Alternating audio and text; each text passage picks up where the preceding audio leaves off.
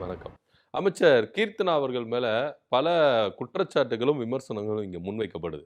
ஆனா இதுக்கு எல்லாமே பதிலடி கொடுக்குறேன் அப்படின்னு சொல்லிட்டு அவங்களே என்ன பண்ணிக்கிறாங்க, அசிங்கப்படுத்திக்கிட்டாங்க. வம்புல போயிட்டு தேவையில்லாம போய் மாட்டிக்கிட்டாங்க. கட்சிய இந்த அளவுக்கு இது மாரி ஒரு வம்புல இழுத்து விட்டுட்டாங்க. இப்படின்ற ஒரு பெரும் பேச்சு தான் இன்னைக்கு சோசியல் மீடியாவும் சரி, அரசியல் வட்டாரத்திலும் இங்க இருக்கிறத நம்ம பார்க்குறோம். இவங்க என்ன பண்ணாங்க அப்படின்னா, கொஞ்சம் 2 நாளைக்கு முன்னாடி, "நான் சட்டமன்றத்தில பதில் சொல்லப் போறேன். என்ன கேள்வி கேட்டாங்கன்னா, நான் ஏன் முதலீடுகள்லாம் போச்சுன்னா, நான் பதில் சொல்லுவேன்." அப்படின்னு சொன்னாங்க. ஆனா, நேற்று தினத்தில விஜயுடைய பிறந்தநாள் விழாவுல அவங்க பேசும்பொழுது, அ திமுக ஆட்சி காலத்தில கிட்டத்தட்ட பார்த்தீங்கன்னா, 30க்கும் மேற்பட்ட கம்பெனிகள் போச்சு. அது அது ஒர்த் பார்த்தீங்கன்னா, கிட்டத்தட்ட 3,00,000 கோடி அப்படின்லாம் சொல்றாங்க. இதனால பல இளைஞர்களுக்கெல்லாம் வேலை வாய்ப்பு போச்சு. அப்பலாம் யாரும் பேசவே இல்லையே, கேட்கவே இல்லையே அப்படின்லாம் கேட்டாங்க. மேடம் அப்ப நீங்க தான் கேட்டுருக்கணும். ஸோ அப்போ உங்களுக்கு அந்த டேட்டா கிடைக்கலையா என்னன்னு தெரியல. நீங்க தான் கேட்டுருக்கணும். நீங்க கேட்ட மாரி தெரியல. ஏன்னா உங்களுக்கு முழுக்க முழுக்க என்னவா இருந்தது அப்படின்னா, ஸ்டாலின் சார ஃபோக்கஸ் பண்ணி தரக்குறைவா பேசணும். பொய் குற்றச்சாட்டுகள முன்வைக்கணும். மக்கள்கிட்ட பொய் பொய்யா வாக்குறுதி குடுத்துட்டு ஓட்டு வாங்கணும். இதுல கான்சன்ட்ரேஷன்ல நீங்க இருந்தீங்க. மக்கள் தமிழ்நாட்டுல என்ன பிரச்சனை நடக்குது? என்ன உண்மையான ஆக்சுவலா ஒரு பிரச்சனை அப்படின்ற அத எடுத்து பேசணும்னா, அத நீங்க பேசவே இல்ல அப்படின்னு சொல்லிட்டு தான் அவங்களுக்கு நம்ம ஞாபகப்படுத்த வேண்டிய ஒரு விஷயமா இருக்கிறாங்க. ஸோ அவங்க சொல்றது படி அவங்க கணக்குப்படி நம்ம வருவோமே. திமுக இவ்ளோ போட்டு, இவ்ளோ கம்பெனில வெளியேறுச்சு அப்படின்னு. ஆனா திமுக கொண்டு வந்தத நீங்க பேசவே மாட்டேன்றீங்களே. திமுக எத்தனையோ பல லட்சம் கோடி அ இன்வெஸ்ட்மென்ட்கள உள்ள கொண்டு வந்தாங்க. இத்தனைக்கும் அவங்க 2031ல $1 டிரில்லியன் அப்படின்ற ஒரு கான்செப்ட் என்ன பண்ணாங்க, இன்வெஸ்ட்மென்ட்கள கொண்டு வரலாம் அப்படின்னு சொல்லிட்டு இது பண்ணாங்க. ஆனா அவங்களே அப்படியே காப்பி பேஸ்ட் அடிச்சு ஒரு $1.5 அப்படி பார்த்து $1.5 டிரில்லியன் நாங்க கொண்டு வருவோம் அப்படின்னு சொல்லிட்டு நீங்க என்ன பண்றீங்க? அவங்களே அப்படியே காப்பி பேஸ்ட் பண்றீங்களே. ஸோ இதுலேருந்தே தெரியுது திமுகவை எந்த அளவுக்கு இவங்க உயர்த்தி பேசணும், திமுகவை எந்த அளவுக்கு காப்பி அடிக்கணும் அப்படின்றத இவங்க கத்துக்கிட்டு இருக்கிறாங்க அப்படின்றதுல எந்த வித மாற்று கருத்து இல்ல. ஆனா இன்னைக்கு அவங்க பேசுற ஒரு விஷயம் இருக்குல்ல, மேயர் பிரியா பத்தி அவங்க பேசுனாங்க. அதாவது நீங்க ஆட்சி அதிகாரத்துல இருக்கிறீங்க அப்படின்றதுக்காக அந்த ஆணவம், கர்வம், மமதை அப்படின்றது உங்களுக்கு அடிக்கடிக்கு இதெல்லாம் வெளிப்படுது அப்படின்றது தான் நம்ம போகணும். தொடர்ச்சியா இந்த அமைச்சர்களுக்கு அப்படி இருக்குது அப்படின்றது தான் நம்ம எங்களுக்கு வேதனைக்குரிய ஒரு செயலா இருக்குது. ஒரு பொறுப்புள்ள அமைச்சர் எப்படி பேசணும் அப்படின்ற ஒரு விஷயம் இருக்குல்ல. ஏன்னா நீங்க மக்கள் பிரதிநிதி ஒத்துக்கிறோம். அதுல எந்த வித மாற்று கருத்தும் இல்ல. அட் சேம் டைம் உங்க மேல விமர்சனங்கள் முன்வைக்கும் பொழுதும், கருத்துக்கள் முன்வைக்கும் பொழுதும் அதை உள்வாங்கி அதை நீங்க எப்படி கொடுக்க போறீங்க அப்படின்றது தான் பதிலடி கொடுக்க போறீங்க அப்படின்றது தான் இங்க விஷயமே. ஆனா அதுக்குன்னு ஒருத்தரை தரக்குறைவா பேசுறது, கேவலமா பேசுறது அப்படின்னு இருக்குல்ல.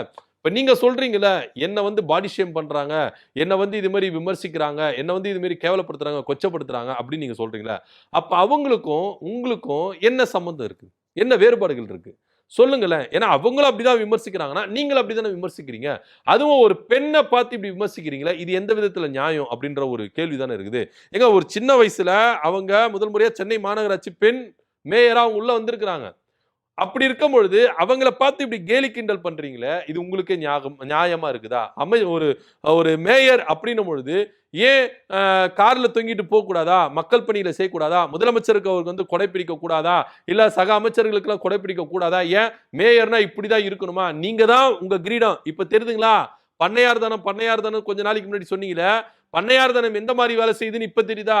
ஒரு மேயரா இருந்தாலும் முதலமைச்சர் நம்ம தொகுதிக்கு வராங்க அப்படின்னும்போது, நான் அதுல கார்ல போய் தான் ஆய்வு செய்யணும்னு கிடையாது. கார்ல தொங்கி போயிட்டேன்னா நான் ஆய்வு செய்வேன் அப்படின்ற ஒரு மனப்பான்மை இருக்குல்ல.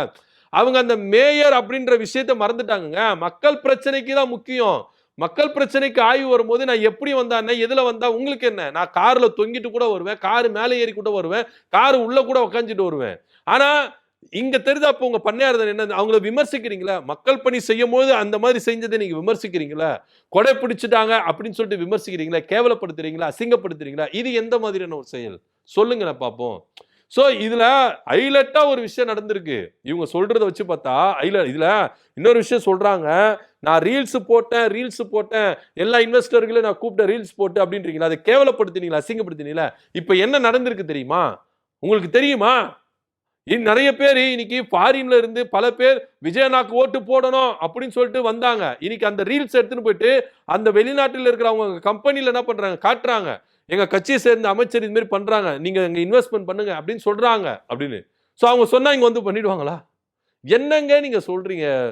இவங்க சொல்றது ஒரு பக்கத்துல நம்மளுக்கு சிரிப்பு வருது, கோவம் வருது. என்ன பண்றதுன்னு தெரியல.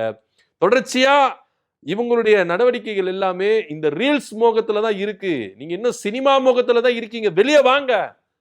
மக்களுக்கான பிரச்சனைகள பேசுங்க. மக்களோட மக்களா இருங்க. அத முதல்ல இது பண்ணுங்க மேடம். நீங்க கடந்த ஆட்சியில இதெல்லாம் நடந்திருக்கு. இதெல்லாம் நடத்த விட மாட்டோம். இதெல்லாம் பண்ண விட மாட்டோம். இதெல்லாம் செய்ய விட மாட்டோம். அப்படின்னு சொல்லிட்டு தானே வாக்குறுதி குடுத்து வந்தீங்க. இன்னமும் அந்த பழைய கால ஆட்சியில நடந்ததையே புடிச்சிட்டு பேசிட்டு இருக்கீங்க. உங்க ஆட்சியில என்ன பண்ண போறீங்க? உங்க ஆட்சியில எத அப்படி சரி செய்ய போறீங்க? உங்க ஆட்சியில என்ன திருத்தத்த கொண்டு வர போறீங்க? புதுசா செய்ய போறீங்க? அத எங்கனா சொல்றீங்களா? அது எதுனா பேசுறீங்களா? பேசவே மாட்டாங்க. எதுக்கெடுத்தாலும் திமுக. எதுக்கெடுத்தாலும் திமுக. என்ன நடந்தாலும் திமுக. யாரு கீழ விழுந்தாலும் திமுக. இன்னமும் பழைய மாவ அரைச்சுக்கிட்டு இருக்கிற ஒரு ஆட்சி, இந்த டிவிகே ஆட்சி, இந்த அமைச்சர் கீர்த்தனா அவர்கள் அப்படின்றதுல எந்தவித மாற்று கருத்தும் இல்ல. உங்களுக்கு உண்மையிலேயே தேர்தல் வாக்குறுதிகள்ல, தேர்தல் பிரச்சாரங்கள்ல என்ன சொன்னீங்க? இந்த திமுக ஆட்சி இதெல்லாம் செய்யுது. நாங்க வந்தா இதெல்லாம் மாத்துவோம் தான் சொன்னீங்க. இதுவரைக்கும் 1 மாசம் ஆயிடுச்சு. எதனா மாத்துனீங்களா? புதுசா எதனா கொண்டு வந்தீங்களா? கிடையவே கிடையாது. வாய்ஜாலங்கள் மட்டும் தான் உங்ககிட்ட இருக்குதே கண்டி, மத்தபடி செயல்பாடுகள்ல ஒண்ணுமே கிடையாது அப்படின்றதுல எந்தவித மாற்று கருத்தும் இல்ல. இதெல்லாம் போக டிஆர்பி ராஜா அவங்க தம்பி கமிஷன் கேட்டதுனால தான் பல கம்பெனிகள் போச்சு அப்படின்றீங்களே, அதற்கான ஆதாரம் என்ன? ஒரு அமைச்சர் பேசும்பொழுது ஆதாரம் இல்லாம வாய்க்கு வந்ததெல்லாம் பேசலாமா? அப்படின்ற ஒரு கேள்வி இருக்குல்ல. ஆதாரத்த குடுத்துட்டு நீங்க தாராளமா பேசலாம். ஆனா, ஏன் அ ஆந்திராவுக்கு போன முதலீடுகள குறித்து என்கிட்ட எவிடன்ஸ் இருக்குது அப்படின்னு சொல்ற அமைச்சர் கீர்த்தனா அவர்கள், அந்த எவிடன்ஸ குடுக்கறதுக்கு மறுக்கிறாங்க. எவிடன்ஸ குடுக்க மாட்டேங்கிறாங்க. ஆனா, நான் சட்டமன்றத்துல மட்டும் தான் பேசுவேன். இங்க நான் பேச மாட்டேன். அப்படின்னு சொல்லிட்டு அடம் பிடிக்கிறாங்க. ஆனா எவிடன்ஸ குடுங்க மேடம்னா குடுக்க மாட்டேங்கிறாங்க. ஆனா ஆதாரமே இல்லாத ஒரு பேச்சுக்கு டிஆர்பி ராஜாவுடைய தம்பி வந்து என்ன பண்ணாரு? கமிஷன் கேட்டாரு. அதனால கிட்டத்தட்ட இத்தன கம்பெனிகள் வந்து திமுக ஆட்சி காலத்துல போச்சு. அத பத்தி யாரும் கேள்வி கேட்க மாட்டாங்கன்னா ஆதாரம் குடுங்க. ஏன் ஆதாரம் இருக்க மாட்டேங்குது? எப்படி இருந்தாலும் கவர்ன்மென்ட் இன்வெஸ்ட்மென்ட் உள்ள கொண்டு வந்திருக்குது. ஆதாரம் அது உள்ள இருக்குல்ல. எப்படி இருந்தாலும் ரெக்கார்ட் இருக்குல்ல. ஏன் போனாங்க அப்படின்ற ரெக்கார்ட் இருக்குல்ல. அது முதல்ல குடுங்க. குடுத்துட்டு நீங்க பேசுங்க. உங்க உங்க பேச்செல்லாம் நம்புறதுக்கு தயாரா இல்லங்க.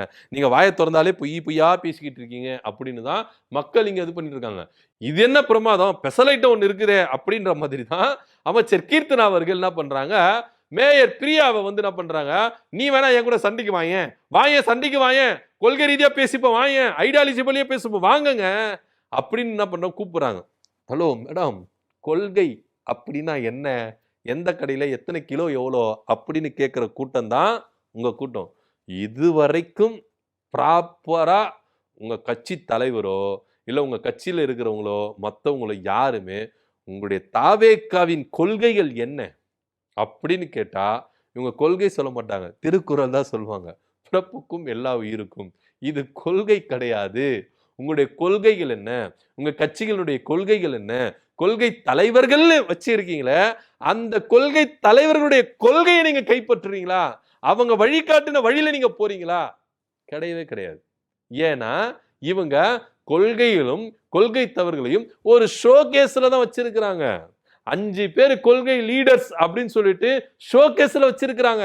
அந்த கொள்கை தலைவர்களுடைய வழிகாட்டுல இவங்க நடந்திருக்கிறாங்களா? அவங்க என்ன சொன்னாங்க? மக்களுக்காக என்னென்ன பணிகளை செஞ்சாங்கன்னு செய்றாங்களா? அவங்க வகுத்து வைத்த கொள்கையில இவங்க கடைபிடிக்கிறாங்களா? அப்படின்னா கிடையவே கிடையாது. இந்த லட்சணத்துல திமுக மேயர பார்த்து கொள்கை ரீதியா பேசலாம் வாங்கன்னு கூப்பிடுறீங்களே, ஒருவேள பிரியா மேடம் ஒரு ஆவேசப்பட்டு, "வாங்க அமைச்சர் மேடம், நம்ம கொள்கை ரீதியா பேசிப்போம்." அப்படின்னு அவங்க கூப்பிட்டு உக்காந்துட்டா, அவங்க பேசுவாங்க கொள்கைய பத்தி பயங்கரமா பேசுவாங்க. நீங்க என்ன பேசுவீங்க? கொள்கைய பத்தி? எது கேட்டாலும் பிறப்புக்கும் எல்லா உயிருக்கும். பெரியார் என்ன சொன்னார் தெரியுமா? பிறப்புக்கும் எல்லா உயிருக்கும். அம்பேத்கர் என்ன சொன்னார் தெரியுமா? பிறப்புக்கும் எல்லா உயிருக்கும். வேலு நாச்சியார் என்ன சொன்னார் தெரியுமா? பிறப்புக்கும் எல்லா உயிருக்கும். இத தவிர்த்துட்டு உங்க வாயால என்ன வந்துற போகுது கொள்கை ரீதியா? பேசுங்களேன். நீங்க அவங்கள விட்டுடுங்களேன். மக்கள் கேட்கறாங்கங்க. கொள்கை பத்தி பேசலாம். வாங்க மேடம் அப்படின்னு. ஏங்க நானே கூப்பிடுறாங்க. வாங்க கொள்கை ரீதியா பேசுவோம். வாங்க அப்படின்னா, மேடம் கீர்த்தனா அவர்கள் வர்றதுக்கு தயாரா இருப்பாங்களா? அப்படி வந்தா என்ன கொள்கையை பத்தி பேசுவாங்க? ஏதோ மேடை இருக்குது, மைக் இருக்குது அப்படின்றதுக்காக நீங்க இது மாதிரி பேசுறீங்களே. ஏங்க பிரியா அப்படின்றவங்க வந்து உங்கள ஓட ஓட தெறிக்க விட்டாங்க. மேடை பேச்சுல. உங்க ஆட்சிய பத்தி தெறிக்க விட்டாங்க. ஓட ஓட தெறிக்க விட்டாங்க.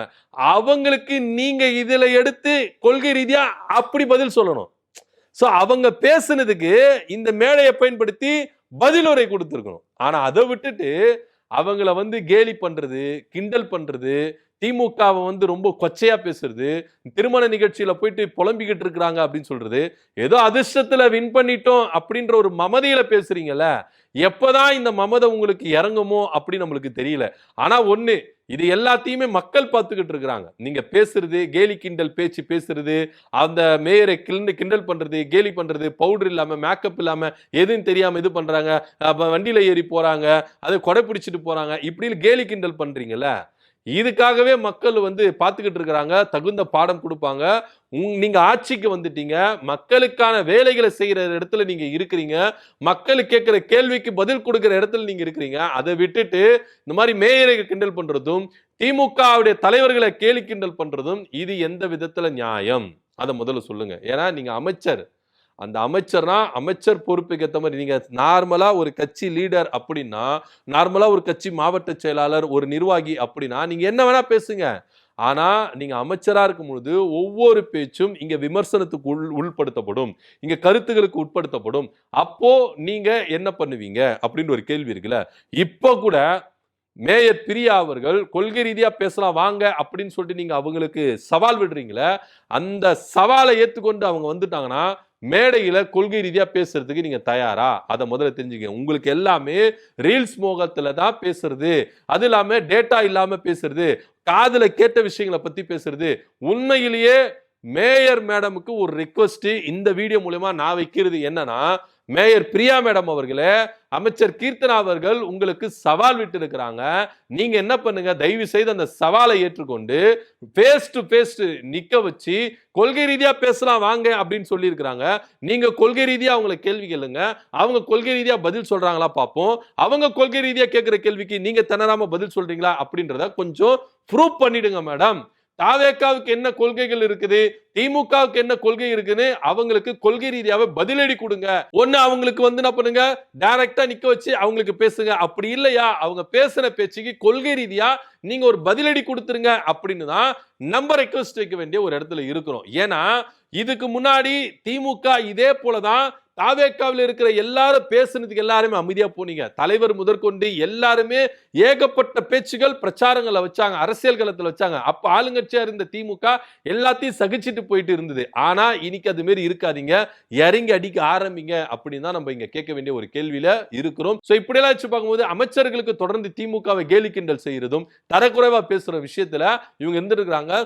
ஒருவேளை அமைச்சர் கீர்த்தனா அவர்கள் கொள்கை ரீதியா பேசலாம், விவாதிக்கலாம் வாங்க அப்படின்னு சொன்ன சவாலை பிரியா அவர்கள் ஏத்துப்பாங்களா அப்படின்னு நம்மளுக்கு தெரியல. இதை பத்தி கருத்து நம்ம கமெண்ட் பண்ணுங்க. நன்றி, வணக்கம்.